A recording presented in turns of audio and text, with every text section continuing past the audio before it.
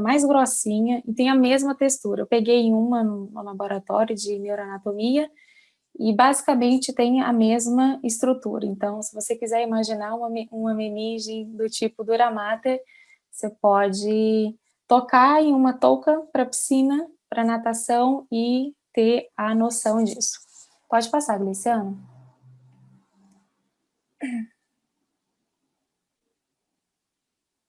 Aí tu vai passando por partes, tá? Pode passar tudo, até chegar na última setinha. E daí a gente falando do cérebro, né, das meninges, e aí a gente chega basicamente nele, que é essa estrutura aqui toda cheia, toda enrugadinha. Não sei se vocês estão vendo direitinho, mas eu gostaria de ter meu mouse para mostrar.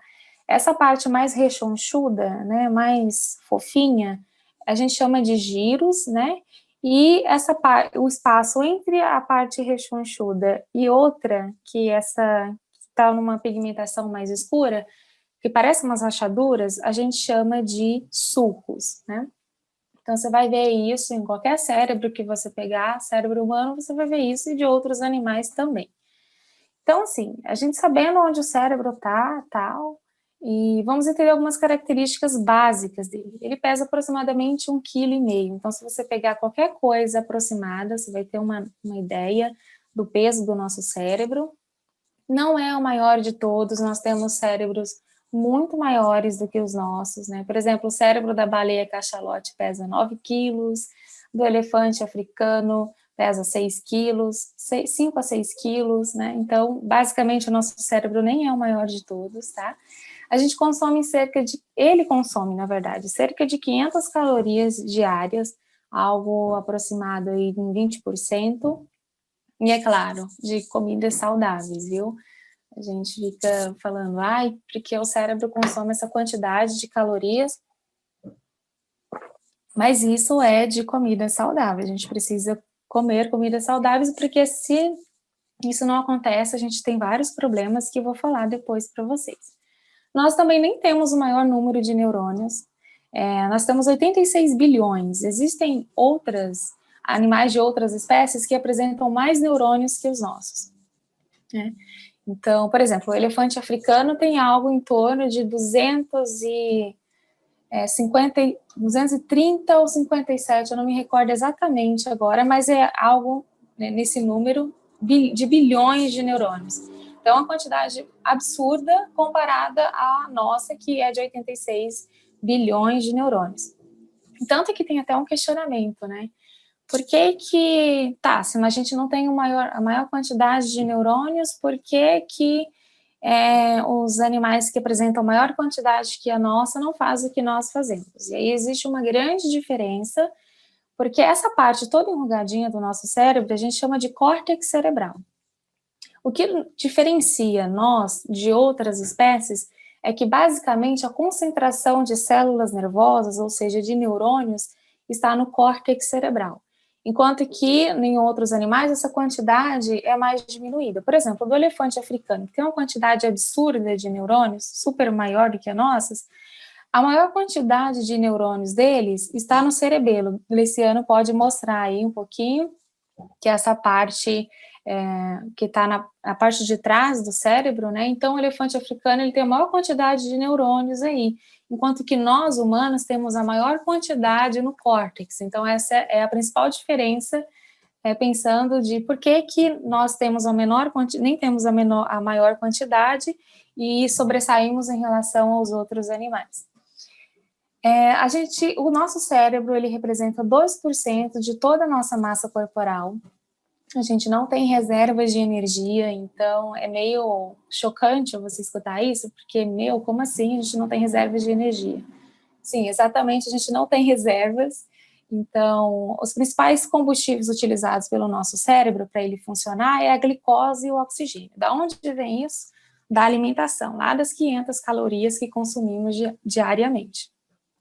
O que acontece? Se falta glicose para uma determinada área do cérebro, essas células que estão ali, a gente vai falar delas depois, elas irão morrer, porque não tem reservas de energia ali, sabe? Então, só para vocês terem noção, para cada minuto sem o combustível, cerca de 2 milhões de células morrem.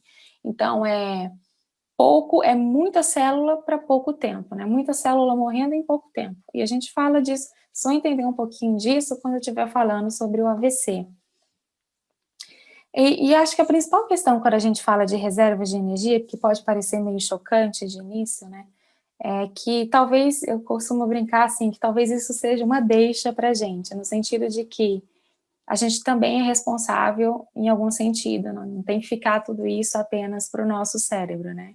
Inclusive a questão da atividade física, prática de atividade física, como exercícios aeróbicos, ciclismo, corrida, caminhada, tem um efeito muito bom para o nosso cérebro, e a própria alimentação, né? Comer comidas saudáveis. E aí acho que faz sentido essa deixa de que tudo bem, não tem reserva de energia, mas eu também preciso fazer algo nesse sentido para gerar uma energia sustentável, né? Então, comer saudavelmente, fazer prática de atividades físicas e tal. Nós temos 86 bilhões de neurônios, nosso cérebro é super megamente sensível. Gleiciano, pode passar, por favor? Pode? Clica, esse é só um vídeo. Estão vendo? Ó, quando ele bate, como o nosso cérebro exatamente é, sabe? Eu costumo colocar como analogia uma gelatina, tá vendo? Olha, é como a gelatina que você tira do congelador e vai colocar para comer. O nosso cérebro é exatamente assim.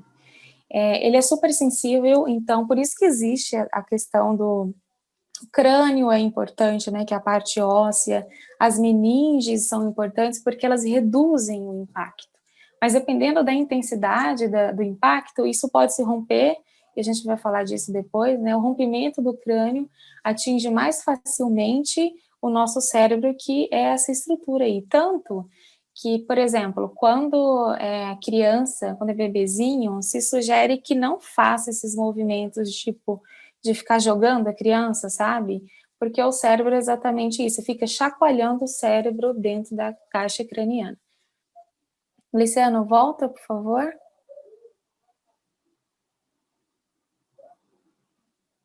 Pronto.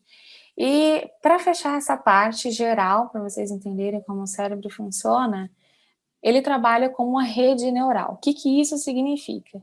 A gente está vendo aí apenas uma vista lateral, ou seja, apenas um lado do cérebro. A gente tem um lado direito e tem um lado esquerdo. O que vocês estão vendo aqui representa outro lado do cérebro.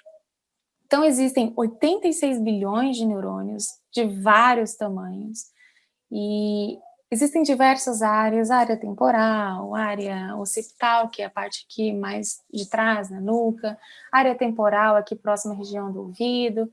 São diversas áreas e existem inúmeros neurônios em cada parte dessa área. O que o conceito de rede neural faz? Bom, como existem neurônios de diversos tamanhos, eles se interconectam com outras áreas, né? Faz conexão física e funcionalmente falando com outras áreas, por isso que a ideia é que o nosso cérebro ele não é individualista, ele é totalmente cooperativo, ou seja, as áreas cooperam entre si para um bem maior, que é vocês estarem me entendendo agora. Então, por exemplo, não existe uma única área do cérebro de vocês que está funcionando agora. Existem diversas áreas funcionando, se interconectando. Gleiciano, pode passar. E para que isso esteja acontecendo, pode passar de novo. Para que isso esteja acontecendo, basicamente isso aqui está ocorrendo, né? Como que a gente processa informação? Esse é um neurônio, ele é chamado multipolar. Eu vou falar dele porque basicamente é o mais abundante. A gente tem diversos tipos de neurônios, com vários formatos e tal. Mas vocês estão vendo, por exemplo, aqui, a gente tem umas cargas elétricas, positivo e negativo, ao longo do neurônio, né? Gleiciano pode ir mostrando com o mouse.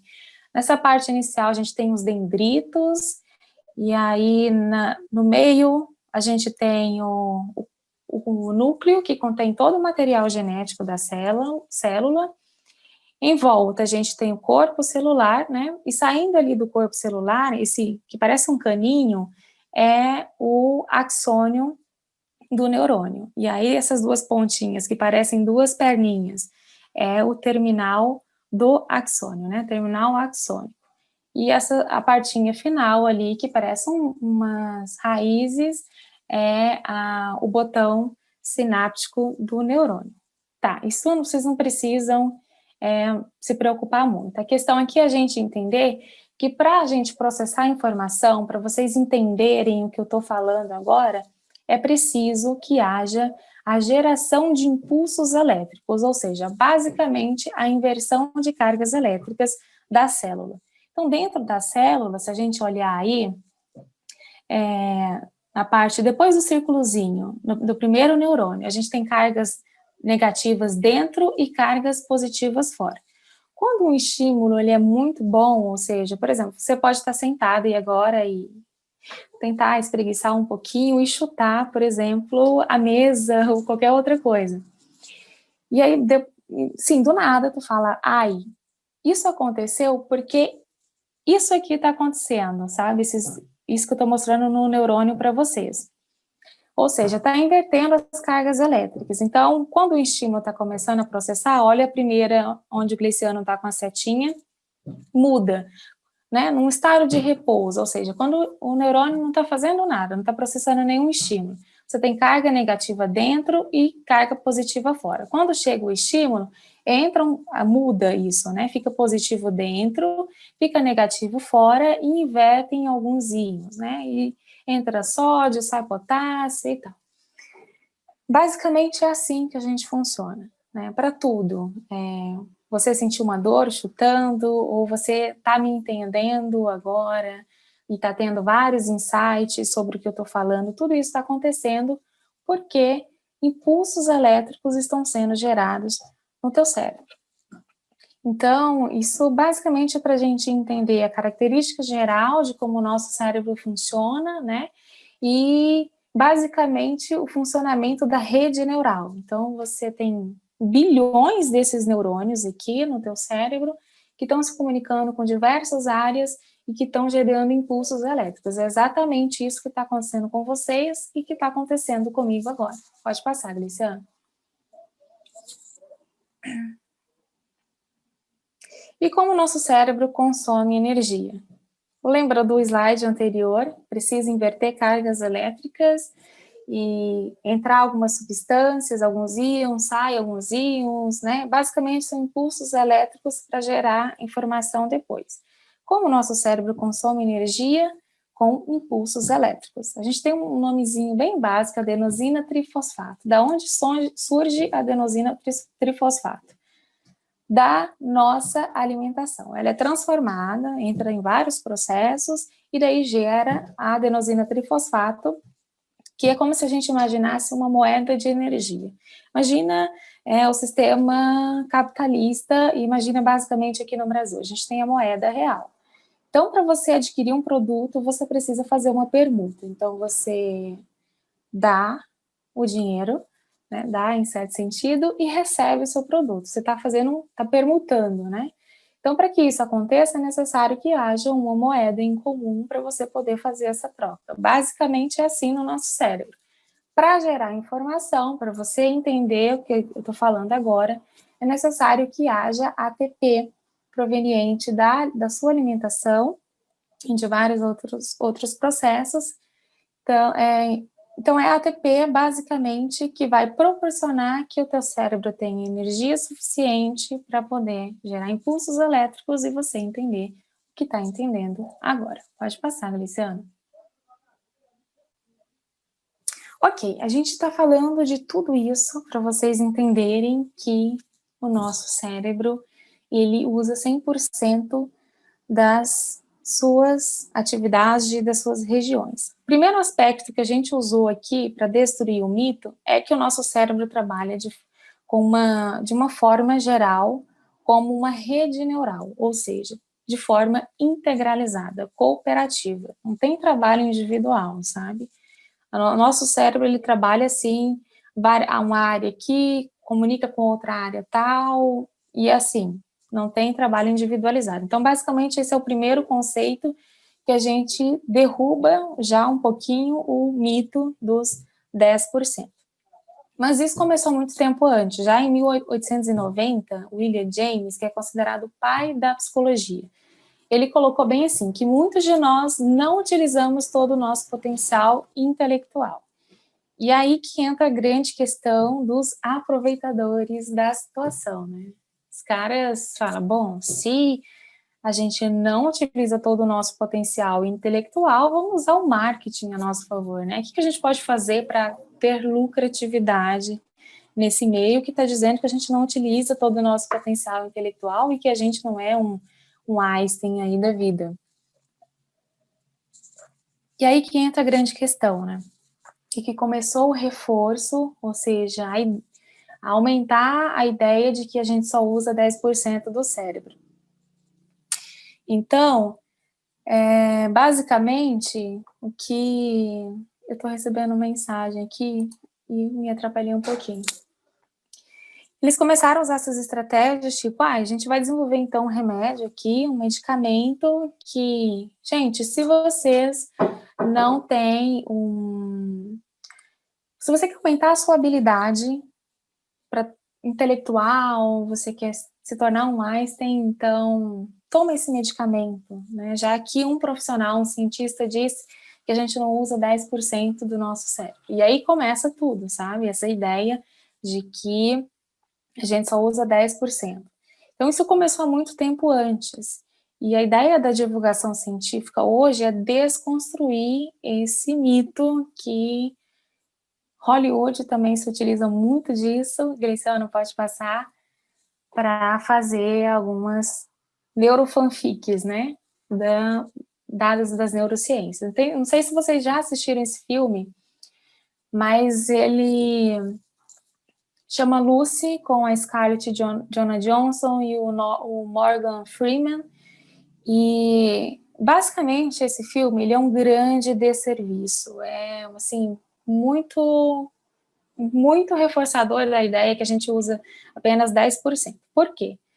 A Lucy, que é no personagem da atriz, ela era uma civil comum, sabe?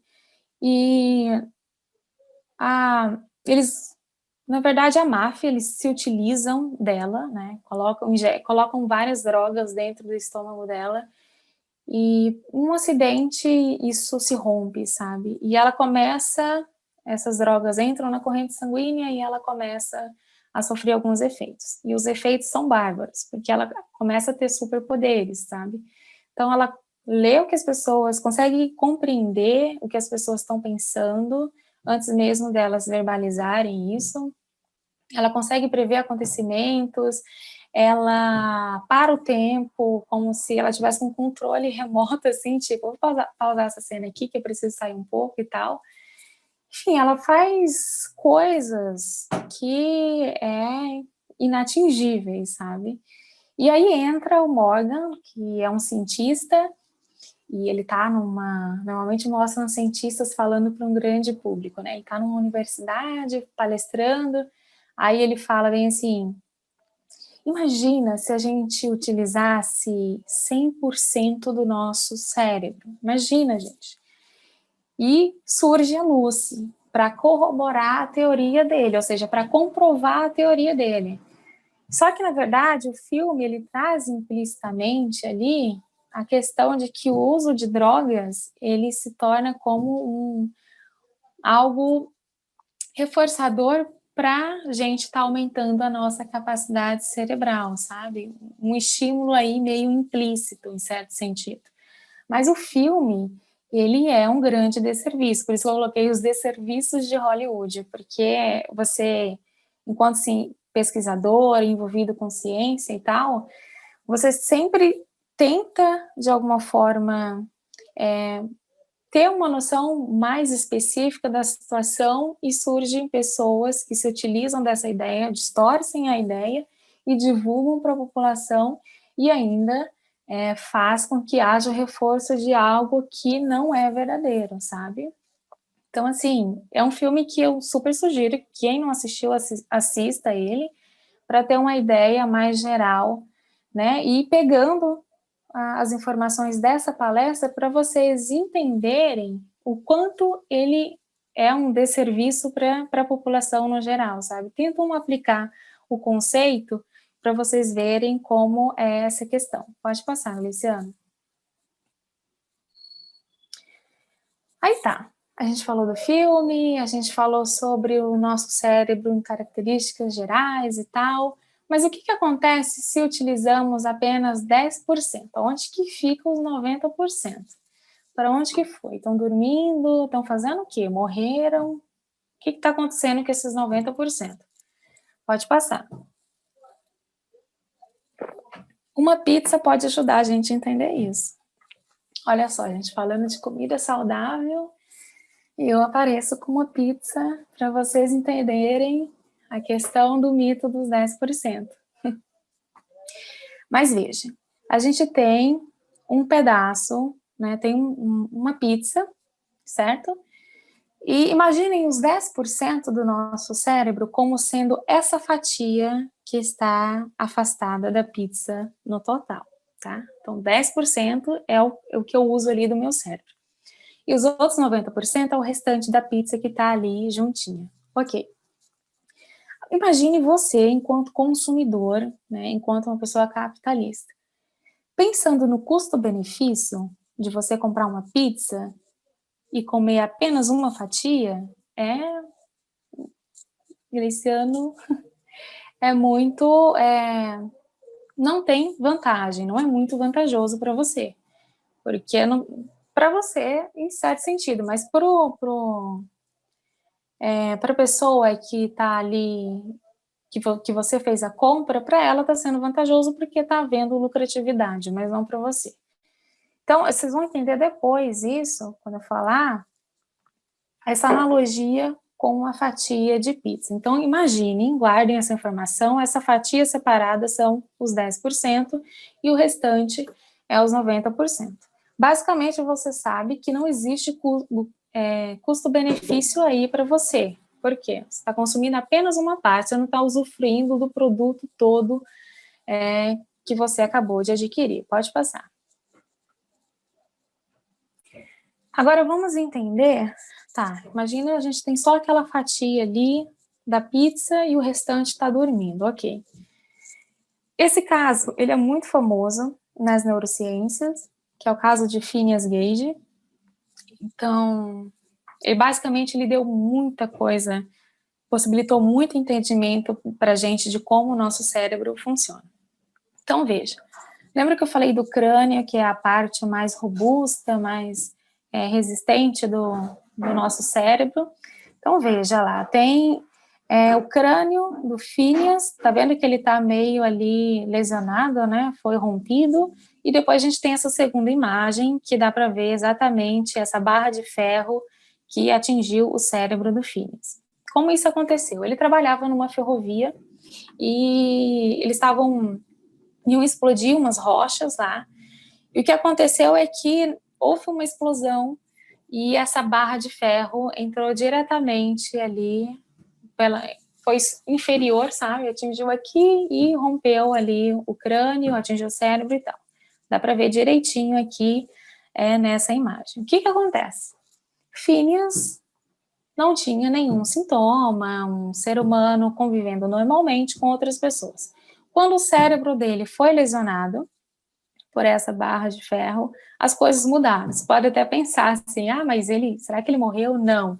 Ele estava totalmente consciente, ele estava falando com as pessoas, é como se nada tivesse acontecido, mas você olhava para ele e via que algo tinha acontecido, porque tinha uma barra de ferro que tinha ultrapassado o cérebro dele, atingiu o crânio, rompeu tudo, estava sangrando, mas ele estava consciente, ele andava e tal. Passou um tempo, eles começaram a observar que havia mudanças, né, ali com Phineas. Ele já não era, as pessoas que conviviam com ele disseram, ele não é a mesma pessoa, não pode ser o Phineas, mesmo sendo o Phineas. Por quê? A personalidade dele foi mudada. Então, ele era uma pessoa calma, agora ele não era mais, ele era agressivo, era irreverente às regras sociais, ele era impulsivo, o que dava na teia para fazer, ele ia lá e fazia, enfim, não estava nem aí, literalmente. Essa é a descrição que descreve melhor a situação do Phineas. Tá, por que a gente está falando do Phineas numa palestra para desconstruir um mito dos 10%? basicamente, quando a gente pensa que o nosso cérebro funciona apenas 10%, ou seja, apenas uma fatia ali da pizza, é como se a gente imaginasse o nosso cérebro lesionado, sabe? E depois vocês vão entender isso quando eu mostrar uma outra imagem mais real do nosso cérebro. E aqui a gente tem uma outra questão, olha. Pode passar. Vamos imaginar, por exemplo, o AVC. A gente falou de uma lesão ali no lobo frontal, né? No lobo frontal do fígado. Basicamente ali o lobo frontal, a região orbital, pré-frontal, está muito relacionada com tomada de decisão, planejamento de comportamento, controle de impulsos, basicamente também está envolvido com tomada de decisão, de você olhar para a situação e ver, enxergar possibilidades de ação a médio e longo prazo. Basicamente, é uma das funções que são exercidas pelo lobo frontal. Como que a gente sabe disso? Por meio de ressonância magnética funcional, que você dá uma atividade para o participante da pesquisa ou para o paciente e pede para ele fazer aquela atividade, enquanto isso você está mapeando o cérebro dele. Está mapeando no sentido de quê? Qual área está consumindo mais os combustíveis que eu falei lá no início, glicose e oxigênio. Né? E isso basicamente está gerando, está consumindo energia, está gerando impulsos elétricos. Por isso que se considera que o lobo frontal basicamente está muito envolvido com essas questões de controle, né, de tomada de decisão e tal. Mas vamos falar de outro tipo de lesão. Lembra que eu falei sobre alimentação saudável, sobre o fato do nosso cérebro não ter reservas de energia? A gente entende muito bem isso aqui agora com um acidente vascular cerebral, que é popularmente conhecido como derrame cerebral. Veja, quando você não come saudavelmente, né, você come muito fast food, rico em calorias, rico em gorduras saturadas e tal, você tem uma grande possibilidade, uma grande probabilidade de desenvolver colesterol, hipertensão, doenças coronarianas, que são doenças cardíacas, tem possibilidade de se tornar obeso e várias outras questões. Só que essas complicações, elas geram outras complicações. Por quê? No nosso cérebro é irrigado basicamente porque existem veias ali, as grandes veias que são as artérias do nosso cérebro. Basicamente, elas conduzem os combustíveis por meio da corrente sanguínea, glicose e oxigênio. Ok.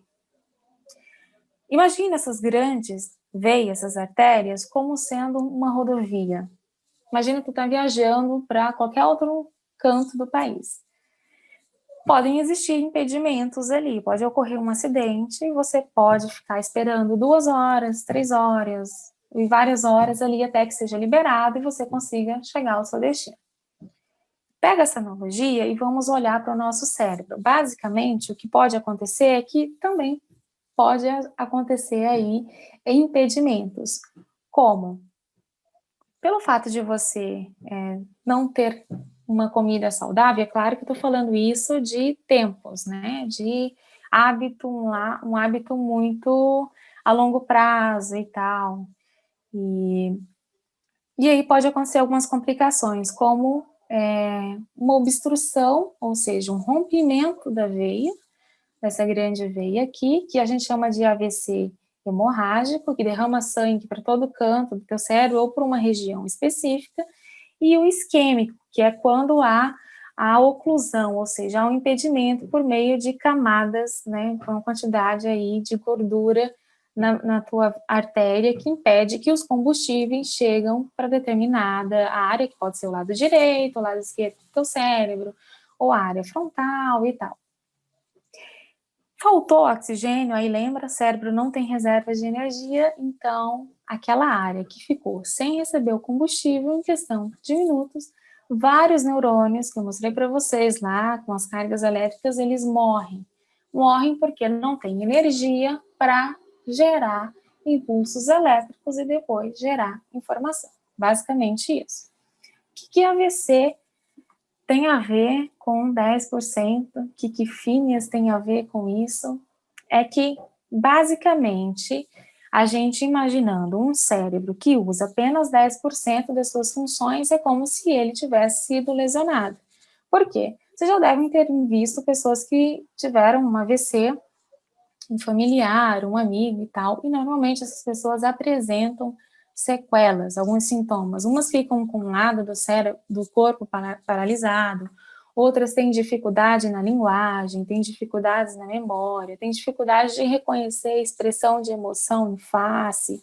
Então, assim, são inúmeras sequelas que decorrem de uma lesão, porque uma parte ali deixou de funcionar. Aí a gente volta para a analogia da pizza, né? Você tem uma pizza grande e você só utiliza um pedacinho dela. Então é como se a gente pegasse essa ideia e jogasse para a lesão, sabe? Uma parte ali está lesionada, então não está funcionando o cérebro como um todo de uma forma integrada, sabe? De uma forma satisfatória. Então, basicamente, essa é a ideia. Você imaginar que um cérebro só usa 10% é como se ele, em alguma parte, não tivesse funcionando como um todo, né? Não houvesse ali uma integralização e tal. Mas aí vocês devem estar pensando, Lídia, mas tem a questão de pessoas que voltam a apresentar a habilidade que foi perdida, mas isso depende da idade da pessoa, depende da lesão que a pessoa teve, depende de vários fatores. E existe, sim, a neuroplasticidade? Existe. Para quem não sabe, neuroplasticidade vem de plástico, ou seja, aquilo que é elástico. Imagina um elástico, você estica e contrai. É exatamente essa noção. Mesmo que você tenha perdido ali uma parte, houve uma lesão, é possível que com estimulação você tenha ali o desenvolvimento daquela habilidade, não integralmente, mas em algum sentido, mas isso vai depender de vários fatores, porque é exatamente isso a ideia do nosso cérebro, que ele trabalha de uma forma integralizada. Mesmo que aquela parte tenha sido lesionada, outras áreas, elas se complementam em certo sentido, sabe? Feliciano, pode passar, por favor? E aí é basicamente isso, essa imagem ilustra tudo que eu falei para vocês. Pega a analogia da pizza, pega a ideia da lesão cerebral, como aconteceu com o Phineas, e a gente pode usar outras também, o traumatismo crânioencefálico, quando há o rompimento ali do crânio e tal, que foi o que aconteceu com o Phineas também, e com um acidente vascular cerebral e tal. A gente falar que nós usamos apenas 10% do nosso cérebro é como se a gente imaginasse apenas essa fatia que está com cor aí e que está escrito 10%. Feliciano pode mostrar com a setinha, por favor, para ficar mais evidente. É como se basicamente a gente imaginasse apenas essa parte funcionando e o restante ali que está em cinza não exercendo nenhuma função. E aí a grande questão é, evolutivamente, qual é a adaptabilidade disso? Por que eu tenho um cérebro com 86 bilhões de neurônios que compreende basicamente cerca de 2% da massa corporal, né? Por que eu tenho um cérebro com todo esse potencial e se eu uso apenas 10% de toda essa questão, né? De toda essa massa, esse conjunto de massa composto de células. E aí a grande questão aqui para a gente olhar nesse sentido, né? É que, basicamente, a ideia não faz sentido. Foi uma ideia posta há muito tempo atrás e foi reforçada de vários objetivos. Alguns queriam lucrar, outros não tinham ideias acerca do funcionamento do cérebro, porque hoje a gente tem ressonância magnética funcional que consegue mapear o cérebro quando você está realizando uma atividade e tal. E, basicamente, com estudos, principalmente com estudos reconhecendo expressão de emoção na face, alegria, tristeza, raiva, nojo, quando eles estão mapeando o cérebro ali, todo o cérebro está funcionando, sabe? Você vai ver várias regiões ali consumindo os combustíveis, consumindo a glicose e tal. Então, assim, a ideia de pensar que a gente usa apenas 10%, é como se fosse apenas uma fatia de uma pizza, por exemplo. E o restante está ali, tudo inerte. E, na verdade, isso é incorreto, sabe? Porque evolutivamente não faz sentido. Inclusive, até alguns colocam a ideia, por exemplo, que o nosso cérebro é todo enrugado assim, porque foi necessário evolutivamente para ele, de alguma forma, caber dentro da caixa craniana. E, na verdade, isso é um outro mito, né? Porque todo esse enrugamento aí, na verdade, é apenas uma forma de compilarmos, ou seja, de juntarmos uma maior quantidade de células nervosas, que no caso que são os neurônios. Pode passar.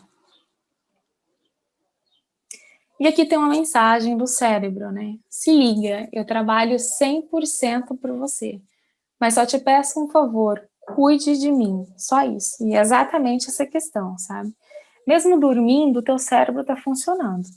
Até porque se ele não tivesse, você estaria morto, né? E nem estaria aqui me assistindo agora, nem estaria compreendendo o que eu estou falando, não estaria fazendo perguntas no chat, né? Então, você basicamente não estaria fazendo nada. Tá? Inclusive, essa ideia de vegetar é a mesma coisa que a gente pode colocar para os 10%. Se a gente imaginar que o nosso cérebro trabalha e só usa apenas 10%, é como se literalmente você estivesse vegetando ali, sabe? Tá usando apenas uma parte pequenininha e o restante do teu cérebro aconteceu alguma lesão, aconteceu algum desastre ali para ele não estar funcionando. Então, assim, para fechar literalmente a minha fala com vocês, porque já são 2h50, para a gente imaginar que tá tudo bem, a ideia de que a gente usa 100% do cérebro, ela é verídica, tá? Essa ideia dos 10%, ela não existe, e a gente precisa refletir muito sobre isso, sobre essas neurofanfics, sobre as fake news que estão surgindo em vários âmbitos da nossa sociedade hoje, na política, em vários sentidos, e a gente percebe, vocês percebem nesse sentido, que a divulgação científica, ela ajuda muito a desconstruir esses mitos, sabe? Essas fakes que surgem, grupo de família, e grupo de amigos, enfim, é uma infinitude de fakes que estão divulgando, mas essas divulgações ocorrem por pessoas que não têm conhecimento aprofundado. E aí acabam espalhando e reforçando essa ideia. Então, aqui, literalmente, né, por isso que o tema da palestra é sobre a questão dos 10%, né, é tudo uma questão de porcentagem, e é exatamente isso, que a porcentagem, ela está incorreta no sentido dos 10%, na verdade, são 10%. E aqui fica uma chamada para vocês, né, cuidem de mim, no sentido, cuidem do cérebro, no sentido de que pratique atividade física, exercícios aeróbicos como ciclismo, corrida, caminhada, comam saudavelmente, porque você tem... Isso foi uns colegas de faculdade que disseram, né? Você faz prevenção de riscos, né? Projeto prevenção de riscos e não projeto verão. Essa ideia de projeto verão quer ficar malhadinho, então... Mas, enfim, pense em projeto prevenção de riscos, né? A gente tem que pensar a longo prazo, no sentido de que eu comendo da forma que eu estou comendo hoje, eu não praticando exercício, sendo sedentário, a longo prazo, o que eu vou angariar com isso, né? O que eu vou ter com isso?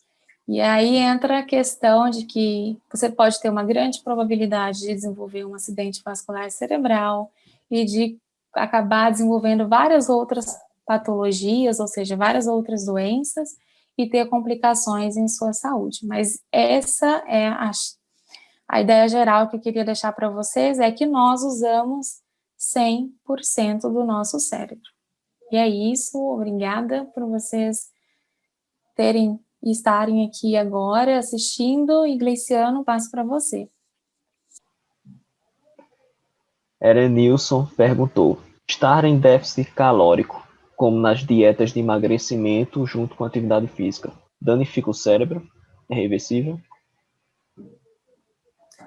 Olha, Até porque o nosso... que a gente fala é que o cérebro não tem reservas de energia, mas o nosso corpo tem reservas. Então, querendo ou não, quando você não está se alimentando de forma adequada, o seu organismo vai, de forma adaptativa, se utilizar dos excessos de gordura que você tem para, de alguma forma, proporcionar que seu cérebro tenha ali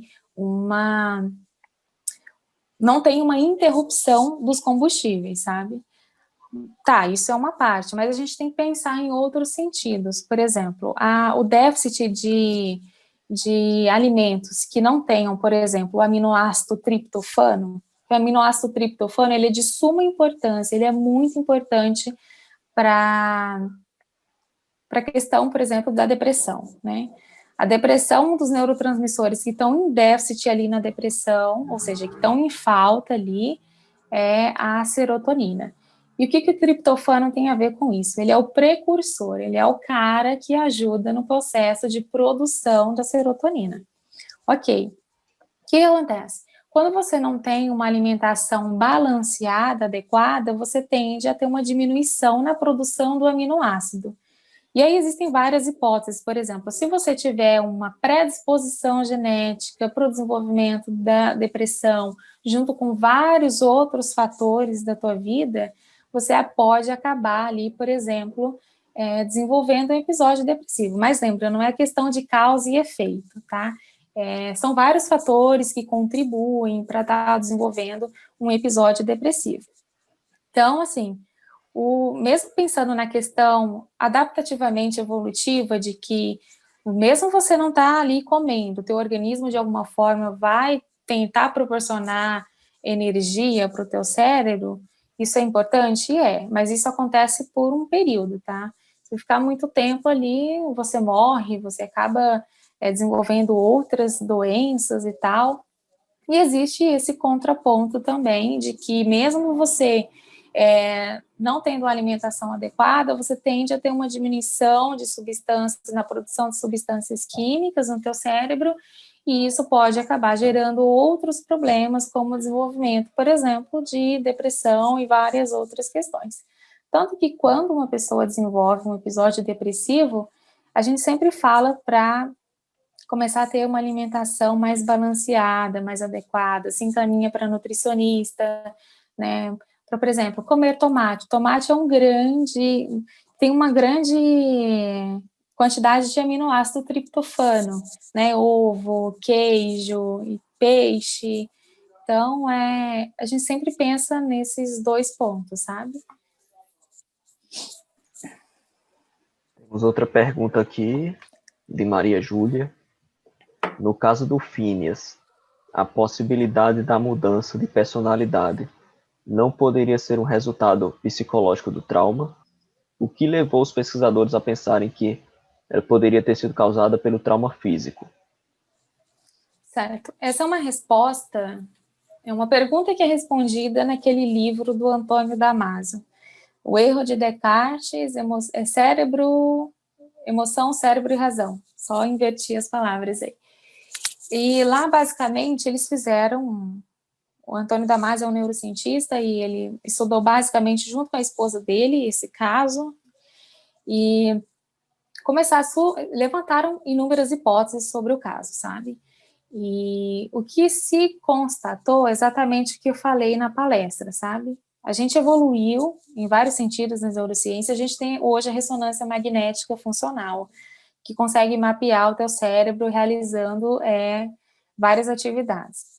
Então, em outras questões, por exemplo, em que não havia uma lesão, observava-se que para atividades, para planejar comportamento, tomar decisão sobre alguma coisa, ter um controle de impulso dentro do contexto social. Por exemplo, você ter raiva de alguém não te dá o direito de chegar na rua e socar a cara da pessoa, né? E aí que entra a questão de ter controle do impulso. E essa região aqui, frontal, aqui é basicamente pré-frontal, mas a frontal envolve toda essa região aqui da frente, e estava muito relacionada a esse processo. O que aconteceu? Phineas, ele não tinha nenhuma alteração de comportamento. ele se controlava socialmente, era uma pessoa super amável. Quando houve a lesão no lobo frontal dele, ele mudou, sim.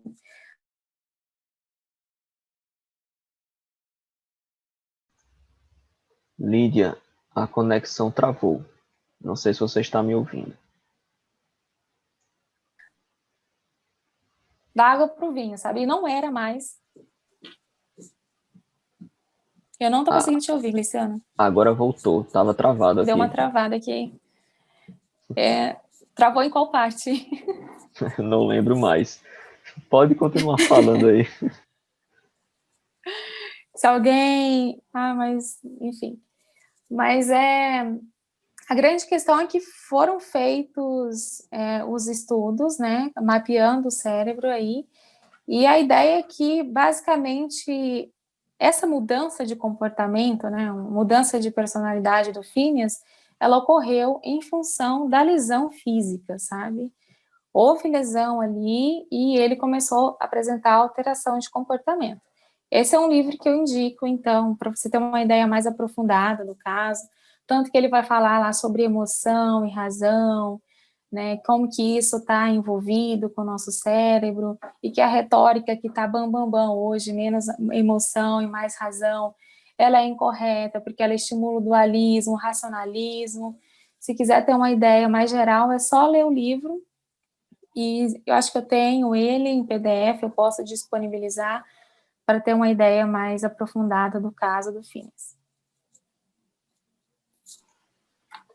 Tem um comentário anônimo aqui. Tem um conto parecido do Asimov, chamado A Última Pergunta. Para mim, o filme Lucy usa o mito dos 10% apenas como uma desculpa para mostrar o que aconteceria se o ser humano atingisse o mais alto grau de ampliação cognitiva e de consciência. Nesse ponto, o filme Lucy se assemelha muito ao conto do Asimov. Cientistas desenvolveram teorias em outras áreas com propostas semelhantes. Um exemplo é a escala Kardashev, não conheço. Também não. Olga pergunta: a ideia dos 10% não seria uma analogia para as capacidades de potencial da aprendizagem, levando em consideração a neuroplasticidade? Então, a ideia dos 10%, ela de início já se torna errada, porque isso é uma questão que foi posta há muito tempo atrás, sabe? Então, a ideia socialmente hoje, se você perguntar para qualquer pessoa, é que uma pessoa inteligente é aquela que tem um QI altíssimo. E aí a gente precisa tomar cuidado sobre o que é inteligência, sabe? E a gente não precisa ser Einstein para desenvolver projetos, para desenvolver teorias nesse sentido. Então, a ideia dos 10%, ela, essencialmente, ela se torna errada. Se você pegar qualquer livro de neurociências, isso vai estar ali em voga, porque basicamente se coloca que a gente não usa toda a capacidade. Agora você olha para tudo que nós fazemos, tudo que nós humanos fazemos, tudo que você faz, tudo que eu faço. Se uma parte ali do meu cérebro não está funcionando, é basicamente como se eu fizesse analogia com como se ele tivesse lesionado, sabe? Então, não faz sentido de que a analogia dos 10% como se fosse para aumentar a capacidade intelectual dos humanos e tal. Não faz nenhum sentido. Não sei se eu consegui responder. Meu cérebro está precisando de ATP agora, de energia. Bem, gente, já estamos aqui às 3 horas e quase 5 minutos. Tem alguma pergunta? Eu pediria que vocês utilizassem o QIA, porque facilita para a gente, porque vai no chat vai subindo as perguntas, aí eu me perco. Lá no chat, Lívia falou: neste caso, a ideia de inteligências múltiplas não se sustentaria?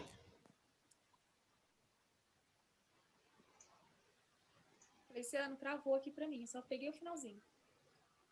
Neste caso, a ideia de inteligências múltiplas não se sustentaria?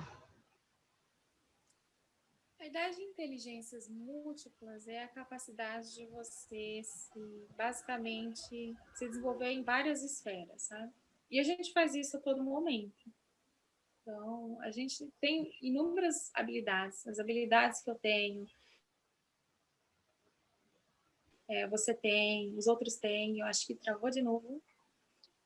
Mas deu para acompanhar.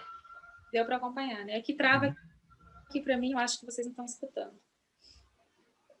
Mas retira a ideia dos 10%. Imagina, o nosso cérebro ele funciona 100%. Então, 100% você está funcionando. 100% você está funcionando agora para me compreender. E se uma parte do teu cérebro não está funcionando, provavelmente você não me compreenderia em essência, sabe? Então, a inteligências múltiplas está para todos nós. Não tem essa de, fulaninho tem e eu não tenho. Não, é para todo mundo. Porque se a gente retira a ideia dos 10%, a gente compreende a gente em essência. Essencialmente humanos, basicamente isso. Tá, eu vou fazer uma última pergunta, tá certo? Senão a gente vai se estender muito, porque depois dessa a gente tem outra palestra. É uma pergunta aqui de Adires Alcântara. O pessoal está fazendo muitas perguntas. Como a ciência explica o fato de pessoas terem mais habilidades em certas coisas específicas? Por exemplo, pessoas que desenham super bem, tem relação com o lado dominante do cérebro? Certo. Aí entra uma outra questão que a gente chama em neurociências de assimetria. Assimetria cerebral. O que isso significa? Que funções, teoricamente, elas são mais dominantes, né? Ou seja, existe um maior funcionamento para determinado lado do cérebro. Isso é o conceito de assimetria cerebral. O conceito ele vale para muitas questões, como por exemplo a linguagem. Para a maioria dos destros, a linguagem ela é dominante no lado esquerdo do teu cérebro, né? E para os canhotos também. Isso foi constatado depois, sabe? Porque se achava que não, canhoto, então o lado dominante seria o direito. Se a gente levar em consideração como o nosso cérebro funciona, ele é contralateralizado. O que isso quer dizer? Que o lado esquerdo do meu cérebro controla o lado direito do meu corpo, que o lado direito do meu cérebro controla o lado esquerdo do meu corpo. Basicamente é assim que o nosso cérebro funciona. Ele foge um pouquinho às regras do que a gente acha que é o funcionamento cerebral. Sobre a questão das habilidades, né, isso depende de muitas questões. Para a habilidade de desenho, especificamente, eu não sei dizer. Mas, por exemplo, para a habilidade musical, né, que na verdade se considera que o lado direito do nosso cérebro ele está muito envolvido com a parte de criatividade, principalmente considerando os aspectos de criatividade para música, né, elaborar melodias e tal, em vários sentidos. O que os estudos dizem é que para a maioria das pessoas, isso sem distinção se é masculino ou se é feminino. Para a maioria das pessoas, existe um lado do cérebro que é mais dominante no sentido de funcionar mais, ou seja, de consumir mais combustível, glicose e oxigênio.